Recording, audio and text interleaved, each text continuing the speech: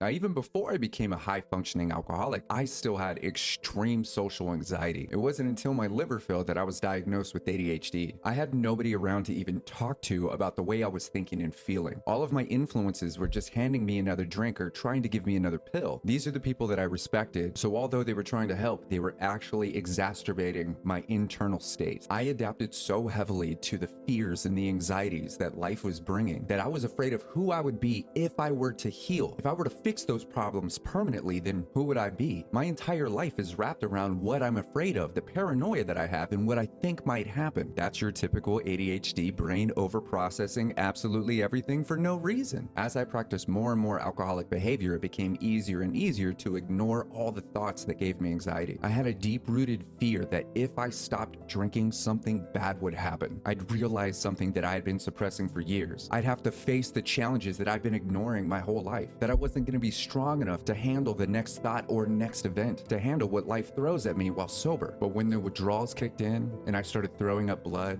my heart stopped, and my liver failed, I officially understood that what I was using as a coping mechanism was actually making my life worse. Alcohol killed me. It took me 18 months to recover, and this is what I learned. Fear isn't real, but it feels real. And I had the option to use that fear and anxiety to struggle in place, or utilize the resilience that I generated when I was sick and apply that towards getting healthier every single day. That's called struggling forward. 7 years without alcohol, and I still have the same exact anxiety, only this time it's not debilitating and making me want to have a drink. It drives me towards one more sip of water, and that, my friends, is called the transmutation of energy, turning your pain into purpose.